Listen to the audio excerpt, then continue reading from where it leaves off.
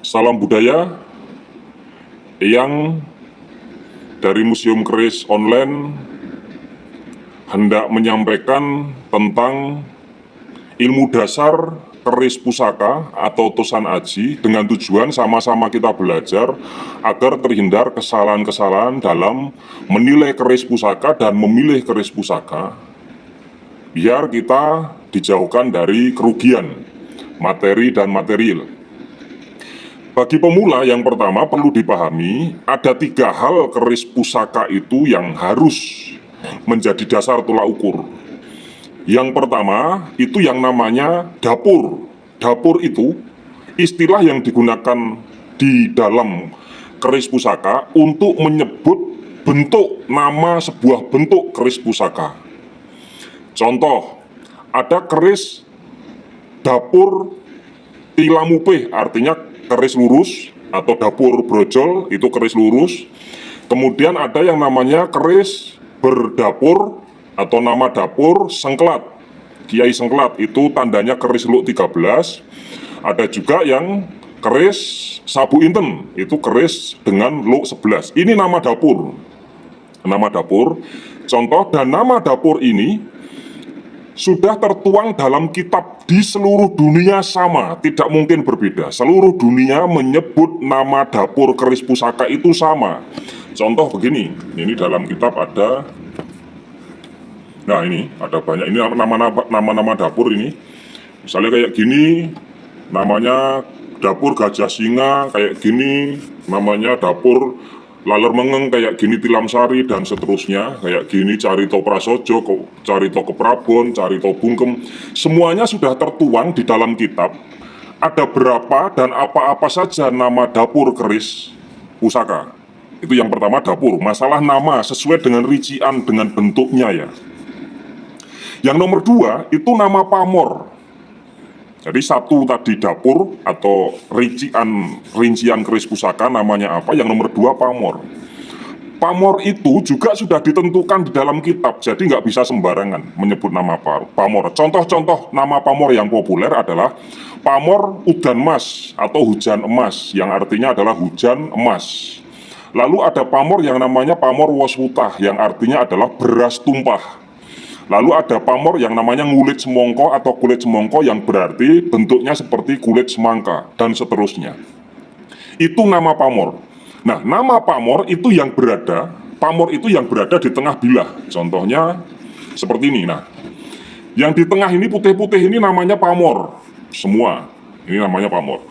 Kalau ini polos saja, tidak ada pamornya, maka disebut keris keleng. Tapi kalau ada putih-putihnya, itu pasti ada nama pamornya. Contoh ini, pamor udan mas, bentuknya seperti ini, bulat-bulat seperti percikan. Dia bulat dan lingkaran bulatnya lebih daripada 1, itu hujan mas. Lalu ada pamor tambal, ada pamor melinjon, ada pamor beras wutah, ada pamor udan mas, ada pamor tinatah, dan seterusnya. Jadi keris itu tadi saya sampaikan, yang pertama harus paham masalah dapur, yang kedua harus paham yang namanya masalah pamor. Yang nomor 3 itu ada istilah yang namanya tangguh. Tangguh itu untuk mengidentifikasi keris itu kapan dibuat. Contoh, ada tangguh Mataram, artinya keris yang dibuat dari kerajaan Mataram. Ada tangguh Majapahit, yang berarti keris itu dibuat di era zaman Majapahit. Kalau tangguh Pajajaran, itu tandanya keris itu dibuat di era kerajaan Pajajaran, dan seterusnya. Ada banyak. Ada Pajajaran, Singosari, dan yang lain-lain. Nah, jadi ada 3 hal. Simpelnya adalah, yang pertama, keris itu dapurnya apa, atau bentuknya itu namanya apa. Yang nomor 2, pamornya, yaitu gambar putih di sini, itu pamornya namanya apa. Yang nomor 3, simpel dulu karena ini pembahasannya pemula, keris itu kuno atau baru. Kalau kuno, tak peduli berasal dari kerajaan Mataram atau Majapahit atau Singasari atau Pajajaran, nggak ada masalah, yang penting keris kuno. Yang nomor 1, keris baru, atau yang sering disebut dengan istilah kamardikan. Jadi ada keris kuno dan keris baru. Sekali lagi saya ulang, yang pertama istilah nama dapur, yang nomor 2 istilah nama pamor yang warna putih. Yang nomor 3, keris itu kuno atau baru, atau sering disebut keris itu sepuh atau kamardikan. Itu paling pokok. Jangan salah kaprah, banyak sekali yang menghubungi kita, tanyanya, keris, saya punya keris Pak, keris saya namanya Udan Mas. Nah, Udan Mas itu kan nama pamor. Harusnya bilangnya, Pak saya punya keris, keris saya dapurnya namanya Tilam Upe, pamornya Hujan Emas atau Udan Mas, tangguhnya dari Kerajaan Mataram. Ini yang paham keris. Seringkali juga, Kak saya cari keris yang bernama Junjung Derajat. Nah, Junjung Derajat itu nama pamor, bukan nama dapur keris. Sering juga, Kak saya nyari keris yang pamornya Sengkelat. Nah, salah kaprah, padahal Sengkelat itu adalah nama dapur, nama bentuk keris, bukan nama pamor. Itu. Ada juga yang tanya, Kak keris ini harganya berapa? Nah, nama, hanya menyebut nama tapi sudah bertanya harga. Begini, harga keris itu ditentukan dua hal dulu. Yang pertama, keris itu kuno atau baru. Itu dulu. Keris itu kuno atau baru. Dengan kata lain, keris itu sepuh atau kamardikan. Nomor satu itu. Yang nomor dua, dapurnya apa atau nama kerisnya apa. Yang nomor tiga, pamornya apa. Lalu kondisinya itu masih utuh atau tidak. Sehingga Anda tidak bisa tanya, Kak keris Singobarong harganya berapa? Susah kita menjawabnya. Karena apa? Yang ditanyakan keris dapur Singobarong yang lama atau yang baru, yang sepuh atau yang kamardikan. Lalu Singobarong dengan pamor apa? Lo berapa? Kan begitu. Contoh, ini saya kasih contoh. Ini ada keris di depan. Ini namanya keris Singobarong, dapurnya, bentuknya itu keris Singobarong, nama dapurnya ini Singobarong. Nah, ini keris dengan nama dapur Singobarong, bentuknya singo. Semua keris Singobarong pasti di sini ada singanya. Lalu pamornya putih ini bernama ini kulit semongko. Ini lo, ini keris Singobarong, kamardikan atau keris baru.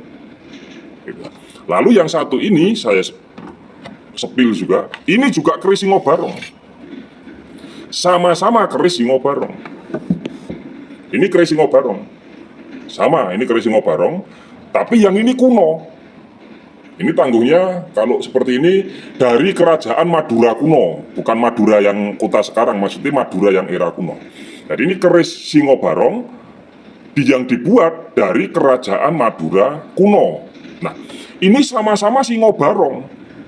Yang ini Singobarong keris baru, yang ini Singobarong keris lama. Yang ini harganya kurang dari 1 juta. Paling harga keris seperti ini antara 800.000 sampai 1.500.000. Kalau yang ini, karena ini Singobarong kuno, harganya itu 3 juta sampai 8 juta. Suka-suka yang jual dan suka-suka yang mau beli. Karena nggak ada tolak ukurnya. Keris kuno tidak bisa dibuat lagi. Jumlahnya hanya satu. Kalaupun ada, pasti bentuknya tidaklah sama persis. Tapi kalau keris baru seperti ini, Anda mau pesan 1 kontainer pun bisa. Karena ini keris baru. Sehingga kalau bertanya, Kak, harga keris Singobarong harganya berapa? Jawabnya susah.